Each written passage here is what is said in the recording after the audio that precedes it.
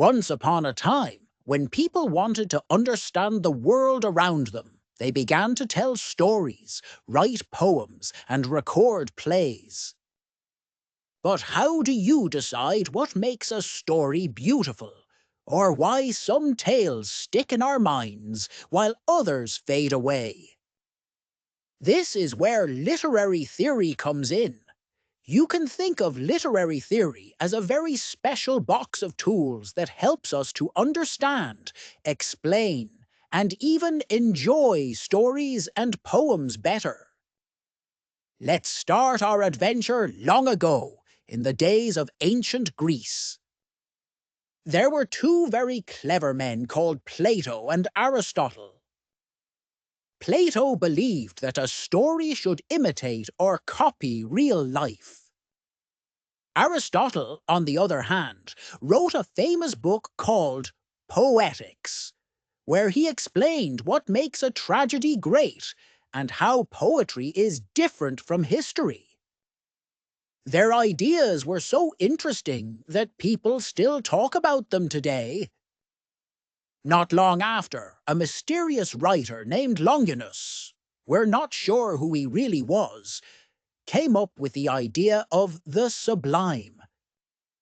He thought that powerful language could make the reader feel like they were flying high above the clouds.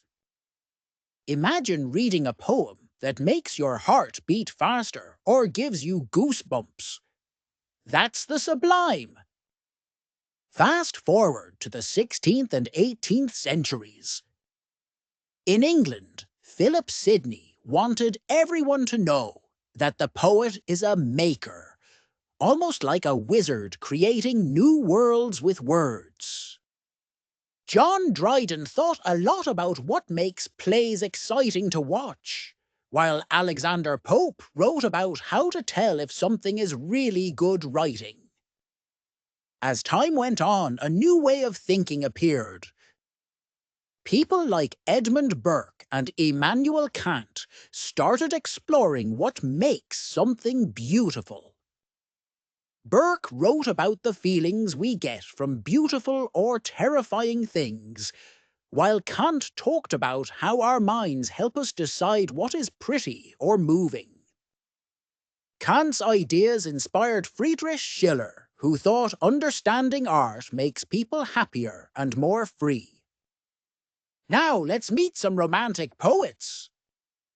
Samuel Taylor Coleridge wrote about how imagination is different from just copying what we see.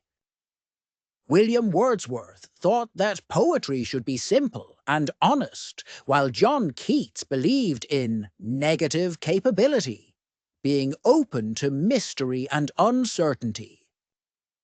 Percy Shelley said poetry was almost magical, helping us discover truth and beauty in the world. A bit later, Matthew Arnold worried that people were losing touch with religion and kindness. He hoped that reading literature would help people become thoughtful and peaceful. At the same time, John Ruskin wanted artists and writers to care about helping others, while Walter Pater cheered for art to be free to do whatever it liked just for the love of beauty. Then came Friedrich Nietzsche, a daring thinker who believed art and stories could help us create new ways to live life. He challenged old ideas and wanted people to be strong and creative, not just follow the rules. Finally, in the 1900s, literary theory became even more exciting. New thinkers came forth, asking questions about people, society, history, and how stories are made.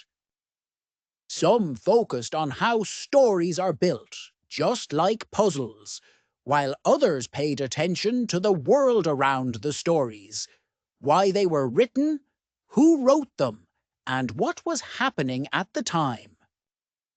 Today, literary theory is like a giant library. There are many different ways to read, think about, and enjoy stories. Scholars use ideas from long, long ago and invent new ones to keep understanding stories in fresh and surprising ways.